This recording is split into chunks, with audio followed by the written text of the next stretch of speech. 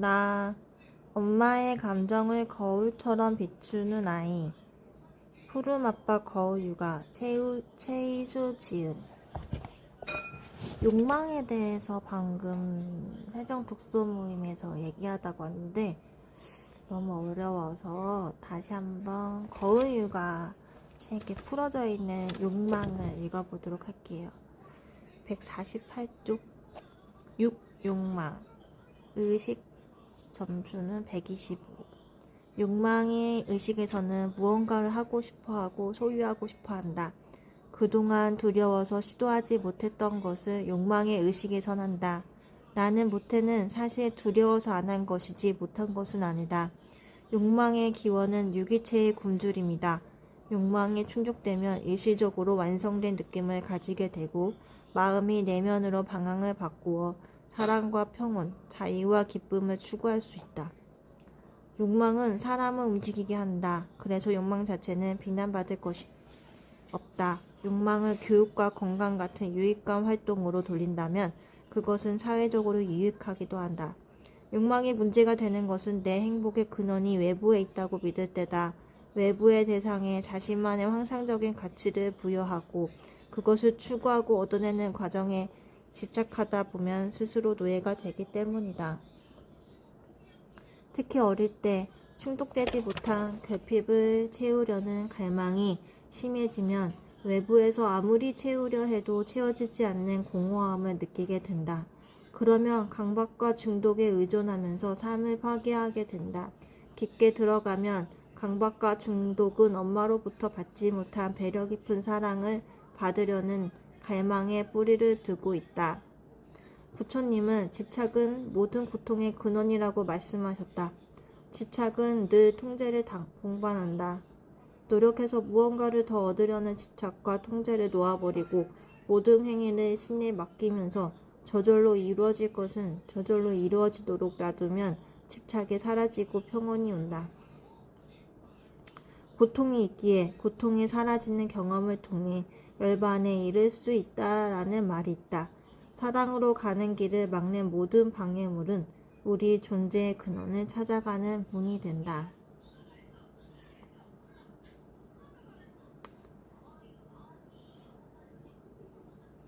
다시 한번 읽어볼게요. 욕망의 의식에서는 무언가를 하고 싶어하고 소유하고 싶어한다. 그동안 두려워서 시도하지 못했던 것을 욕망의 의식에서는 한다. 나는 모태는 사실 두려워서 안 한 것이지 못한 것은 아니다. 욕망의 기원은 유기체의 굶주림이다. 욕망이 충족되면 일시적으로 완성된 느낌을 가지게 되고 마음이 내면으로 방향을 바꾸어 사랑과 평온, 자유와 기쁨을 추구할 수 있다. 욕망은 사람을 움직이게 한다. 그래서 욕망 자체는 비난받을 것이 없다. 욕망을 교육과 건강 같은 유익한 활동으로 돌린다면 그것은 사회적으로 유익하기도 하다. 욕망이 문제가 되는 것은 내 행복의 근원이 외부에 있다고 믿을 때다. 외부의 대상에 자신만의 환상적인 가치를 부여하고 그것을 추구하고 얻어내는 과정에 집착하다 보면 스스로 노예가 되기 때문이다.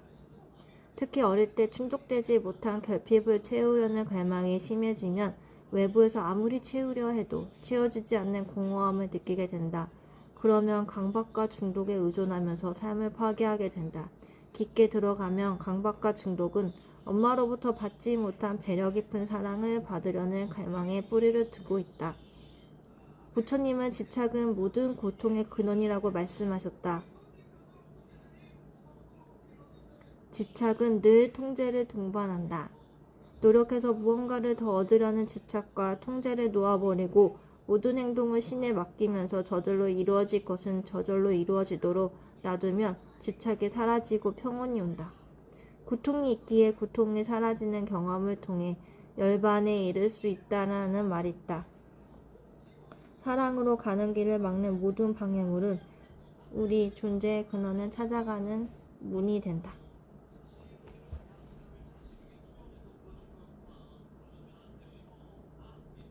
집중이 안 되네요. 읽으면서도 자꾸 다른 생각을 하게 되고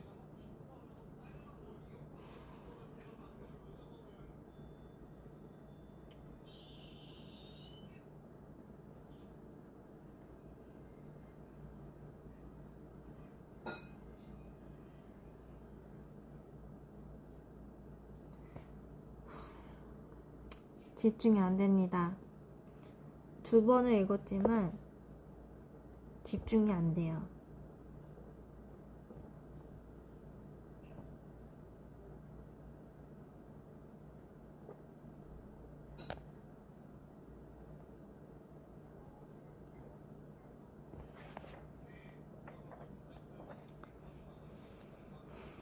제가 가장 가까운 죄책감에 대해서도 한번 읽어볼까요? 142쪽. 수치심이 존재에 대한 감정이라면 죄책감은 행동에 대한 감정이다. 죄책감은 수치심의 방어 기제로 작동할 수도 있는데 수치심을 지키는 것이 훨씬 더 고통스럽기 때문에 죄책감을 붙잡고 있기도 한다. 죄책감은 어떤 행동을 한 자신을 벌주는 것이다. 자신을 벌주는 것이 고통스러우면 타인에게 투사하여 분노하고 비난한다. 죄책감을 이용한 교육은 광범위하게 퍼져 있다. 잘 몰라서 실수한 것을 너 때문에 그렇다라고 비난하면서 죄책감을 쥐고 조종한다. 나쁜 짓과 실수는 구별해야 한다. 실수는 의도는 좋았지만 결과가 잘못된 것이다. 나쁜 짓은 애초에 의도가 나쁜 것이다. 아이들은 어떤 경우에도 부모를 사랑한다. 아이들의 말과 행동에는 부모를 놀리거나 약올리려는 의도는 없다. 소크라테스는 어떤 일을 할 때 모든 사람은 선한 의도를 가지고 행동한다고 말했다. 아이들은 미숙하기에 잘 몰라서 실수한다. 그러면 부모는 괜찮아, 이렇게 하면 잘할 수 있어 라고 친절하게 알려준다. 아이는 그런 과정을 거치면서 배우고 성장한다. 어떤 사람들은 죄책감을 주어 행동을 바르게 할 수 있고 양심의 기초를 마련할 수 있다고 말한다. 건강한 죄책감이라면 그럴 가능성이 있다. 그러나 같은 행위라도 비난받지 않기 위해 죄책감으로 하는 것보다는 사랑으로 하는 것이 기쁘고 효율적이다. 청소를 해도 부모에게 야단받지 않기 위해 안 하면 죄책감이 느껴지기에 하는 것보다 우리 가족에게 청결한 환경에서 행복한 생활을 선사하기 위해 할 때 더 기쁘고 좋은 것이다. 죄책감을 깊게 파고들어 가면 신을 이기고자 하는 에고의 마음에 작동한다. 죄책감은 신이 나를 벌주기 전에 스스로 미리 벌주어 신에게 잘 봐달라고 애원하는 의식 수준이다. 그런데 여기에는 하나의 근본적인 오류가 있다. 유주야, 벌써 10분이다. 유주야, 2시 10분이네. 유주야, 2시 10분이네.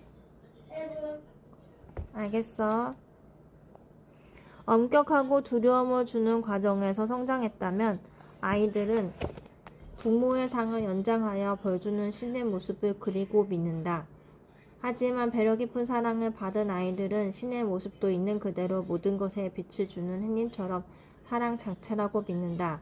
아이가 벌주는 신을 믿는다면 거짓을 진실로 바꾸어 놓는 것이다. 이것을 우상을 섬긴다라고 표현한다. 신의 사랑을 거짓으로 만들어 놓고 그것을 그대로 믿고 있으니 신을 벌주는 자로 만들어버린 자신의 관념이 신을 이긴 것이다. 인간의 마음은 진실과 거짓을 구별할 수 없다는 말이 이런 뜻이다. 마음의 힘은 강하여 거짓을 진실이라고 믿을 수 있다. 신이 누구를 벌주는 경우는 없다. 죄책감은 자신의 선택으로 찾아 들어간 것이기에 자신의 선택으로 나올 수 있다. 예수님은 이것을 우리에게 알려주셨다. 십자가에 자신을 못 박는 사람들에게 저들이 모르나이다 라고 하셨지 저들이 죄인입니다 라고 말하지는 않으셨다. 마음에 자신을 벌받아야 마땅하다고 믿으면 벌의 궁극은 몸의 죽음이기에 결국 모든 생명은 죽음으로 가게 된다. 그래서 죄책감이 크면 병에 걸리고 죄책감의 의식에서는 자살과 파괴가 빈번하게 일어난다. 1분 지났다, 유주야. 저는 이만 가보도록 하겠습니다. 안녕.